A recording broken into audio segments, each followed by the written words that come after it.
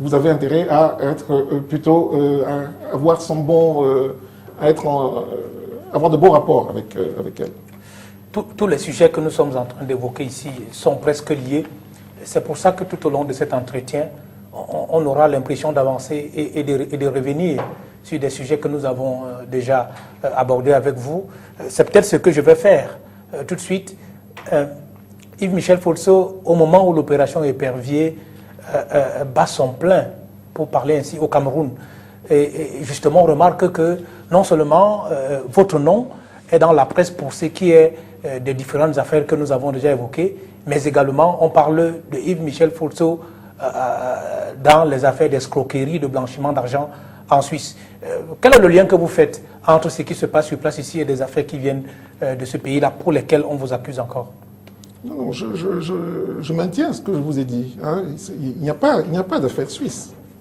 C'est les affaires du Cameroun qui sont déportées. Il y a une volonté manifeste d'un certain groupe de Camerounais de déstabiliser le groupe Folso. Quelle en est la raison? Je ne le sais pas encore. De vous déstabiliser, vous, ou alors tout le groupe? La question est là. Je pense maintenant, vu l'ampleur des dégâts, vu la haine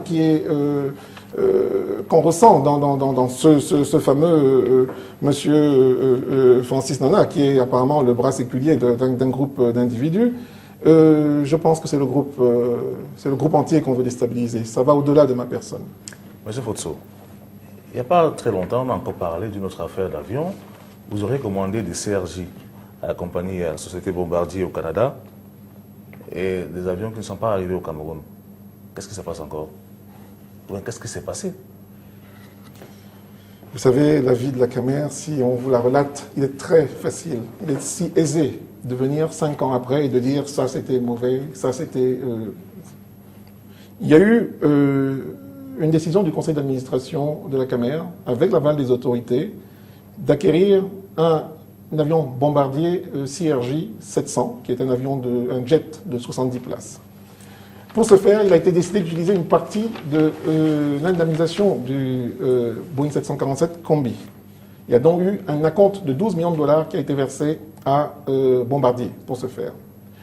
Bombardier Capital, qui est le bras financier de Bombardier fabricant, Bombardier Capital donc fait une lettre à la Camer et dit « Je suis prêt à financer donc sur 7 ans, je pense de mémoire, cet avion, sous réserve vous versiez donc 12 millions qui représentaient, je pense, 30 et quelques pourcents, c'est la règle en général, 30 et quelques pourcents de la valeur de l'appareil. Tout se passe bien, l'avion est fabriqué. L'avion est peint aux couleurs de la Camer. Les pilotes sont allés faire leur qualification là-dessus. Les pièces de rechange ont été livrées à Douala. Et survient les événements du 11 septembre aux États-Unis. Catastrophe dans le domaine aérien. Bombardier Capital voit tous les avions qu'il avait financés, une grande partie qui lui sont rendus. C'est un peu comme ce qu'on entend aujourd'hui avec les problèmes de la crise financière liée au logement. C'est une crise, c'est la catastrophe. Bombardier Capital dit « Je ne peux plus vous financer parce que je me mets sous la protection du Chapter 11, c'est-à-dire la protection contre les éventuels créanciers. Nous devons donc chercher un autre financier, puisqu'on a versé 12 millions. Tout était prêt et on n'a pas pu récupérer l'avion.